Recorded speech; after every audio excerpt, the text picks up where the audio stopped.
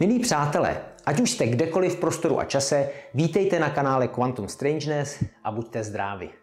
Pokud jste tu dnes poprvé, dává smysl začít od našeho úvodního videa, kde se dozvíte, o čem tento kanál je a k čemu slouží. Zabýváme se tu kvantovou mechanikou, skutečně nepovrchně kvantovou mechanikou, ale snažíme se co nejméně používat rovnice, i když si tady na tento fakt budu téměř v každém videu stěžovat, aby snad nedošlo k mýlce, že tím nic nestrácíme.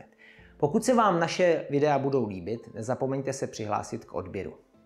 Dnes navazujeme na diskuzi vlivu polarizačních filtrů na paprsek světla. Takový experiment je sice popsatelný klasickou fyzikou, nese ale mnoho aspektů skutečných kvantových experimentů.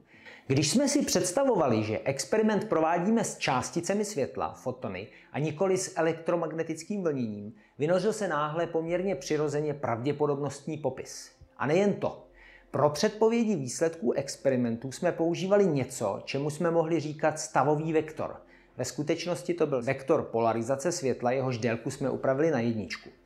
Z něho jsme dokázali spočítat, alespoň geometricky, pro každé nastavení experimentu pravděpodobnost, že foton projde polarizátorem. V tomto videu obrátíme naši pozornost na experiment, který už klasickou fyzikou vysvětlit nelze, ale jehož výsledky se při hlubším rozboru ukáží být v naprosté shodě s naším popisem polarizace. Až na to, že tentokrát už nebude stavový vektor odpovídat ničemu skutečnému. Doufám, že jste teď slyšeli uvozovky kolem slova skutečný. Tedy nebude odpovídat žádné konkrétní fyzikální veličině, ale bude sloužit opravdu už jen k tomu, aby popisoval stav kvantově mechanického systému. V roce 1922 Otto Stern a Walter Gerlach publikovali výsledky experimentu na atomech stříbra, které měly potvrdit nebo vyvrátit hypotézu Arnolda Sommerfelda, že směr momentu hybnosti elektronů v atomu je kvantován, tedy že moment hybnosti tam nemůže nabývat libovolného směru. Historie tohoto experimentu a jeho vědecké pozadí je skutečně zajímavé. My se bohužel u nich dnes nemůžeme zastavit. V krátkosti řeknu jen, že se tu jedná o jeden z těch případů, kdy se vědci vydali hledat jednu věc a našli jinou. Vydali se hledat stříbrný poklad a našli něco mnohem dražšího. Ukázalo se, že měřili projevy vnitřního momentu hybnosti elektronu. Jak jsme říkali v minulém videu, moment hybnosti tělesa je projevem jeho otáčení. S elektronem je to těžko uchopitelná záležitost, protože elektron, pokud jsme schopni dnes říci, by měl být bohdová částice. Otáčení u něj jaksi nepřipadá v úvahu.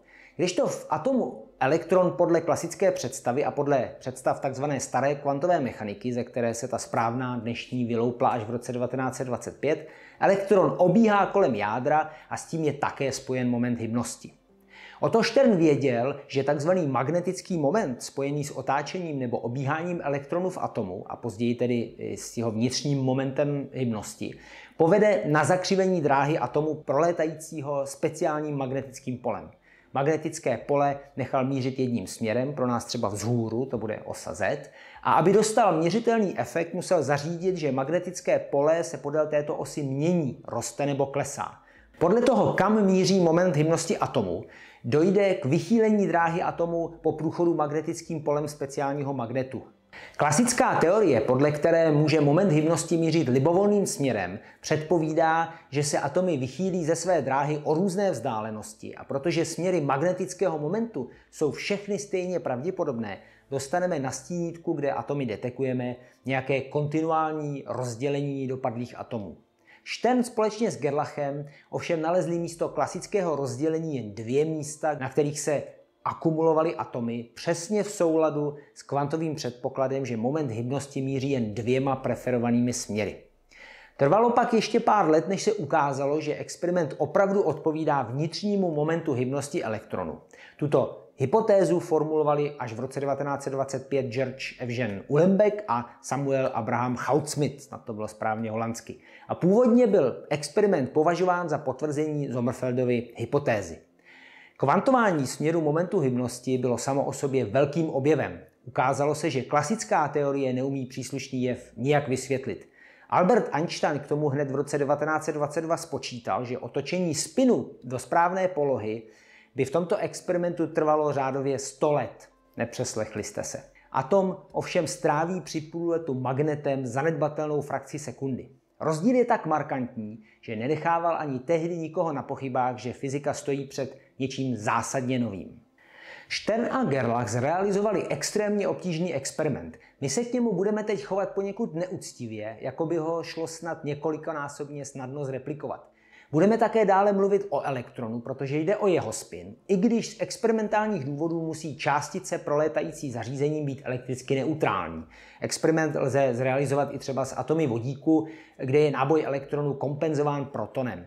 Když projde takový atom nebo elektron magnetem s polem orientovaným podél osy Z, vychýlí se do kladného nebo záporného směru osy a pak vylétne jedním ze dvou směrů zařízením ven.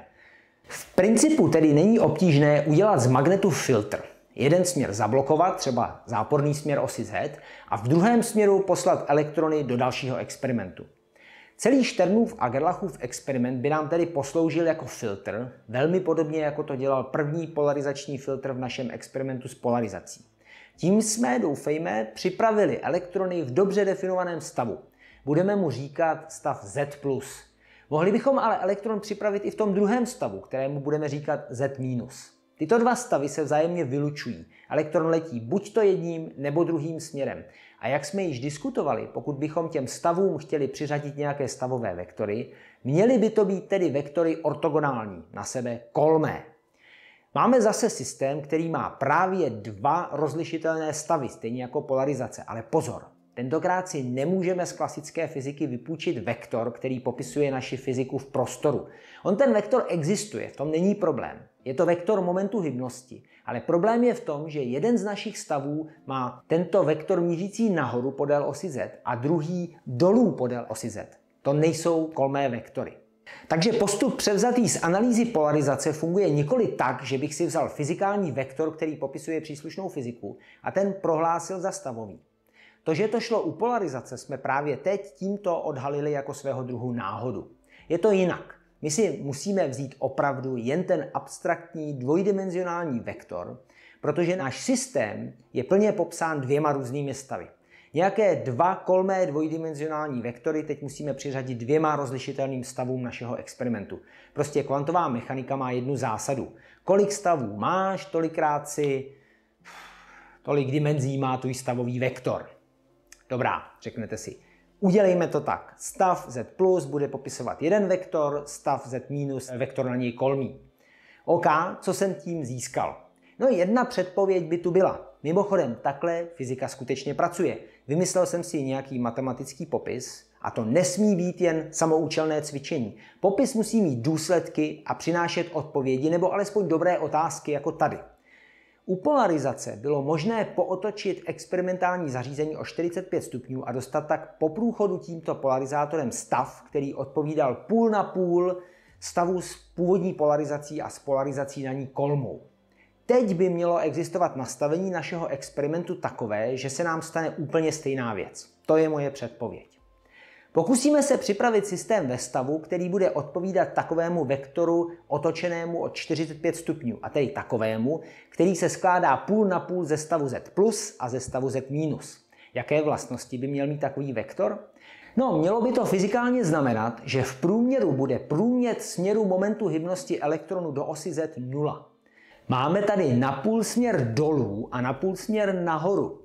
Jak jsme viděli, žádná nula se naměřit nedá v tom experimentu.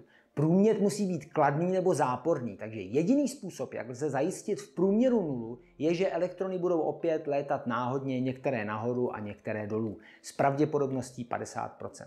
Jak připravit elektrony, které mají průměr momentu hybnosti do osy Z nulový? No nejlépe tak, že zaručíme, že míří do směru osy X. Takže návrh je otočit experimentální zařízení tak, aby magnetické pole směřovalo podél osy X a vybrat třeba svazek elektronů, které se vychýlily do kladného směru osy X. Tomu budeme říkat elektrony ve stavu X+. Pokud bude všechno fungovat jako v experimentu s polarizací, mělo by nastat následující. Připravíme-li prvním přístrojem svazek elektronů ve stavu Z+, spin míří nahoru, a pošleme ho do přístroje nastaveného směrem osy X, rozdělí se svazky na dva. Nalezneme totiž polovinu elektronů ve stavu X+ a polovinu ve stavu X-, protože původně jsme elektron připravili ve směru osy Z. V průměru tedy musel mít nulový průměr do osy X.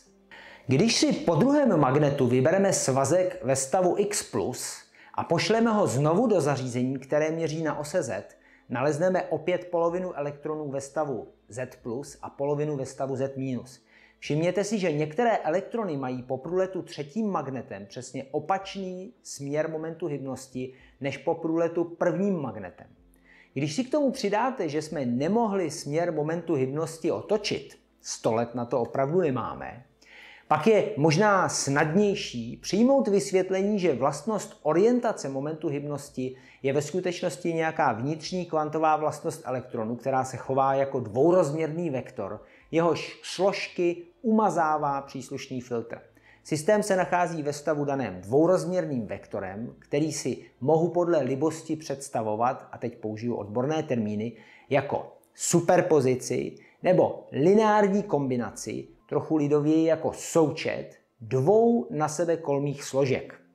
Místo otáčení čehosi v prostoru dochází k umazávání složek stavu. To zní hrozně divně, ale nejde o nic jiného, než když elektrické polarizaci v diagonálním směru umažete složku ve směru osy X. Zbyde pole mířící ve směru osy Y. Nic jsme neotočili, jen jsme smazali jistou složku pole. Podobně se to má i se stavem částice. Abychom si dobře rozuměli, když s tímhle fyzici jako Bohr, Sommerfeld, Heisenberg, Pauli, Jordan a další ve 20. letech 20. století přišli, mohli říct pouze: vypadá to, že jsme fyzice doposud vlastně nerozuměli správně. Co se nejspíš opravdu děje, je tohle. Pojďme zkusit, zda tohle zacházení se stavy a celá tahle matematická mašinérie něco přinese. Výsledkem byl naprosto nevídaný boom fyziky. Do 10 let po Heisenbergově a Schrödingerově správné formulaci kvantové mechaniky byly položeny zcela nové základy mnoha oborů fyziky. Fyzika si troufla i na chemii a pokračuje dodnes zdánlivě nezadržitelně dál. To neznamená, že to není nějak úplně jinak. Třeba je, ale dosavadní zkušenost říká, že jsme tady na něco skutečně užitečného kápli. To užitečné a nadmíru záhadné je, že v mikrosvětě platí některé zákony, které z makrosvěta neznáme, alespoň ne v té podobě, jak se vyskytují v mikrosvětě. Tam například platí tzv. Princip superpozice a stavy mikroskopických objektů se v jistém smyslu chovají jako ten primitivní vektor, který jsme tu obráběli.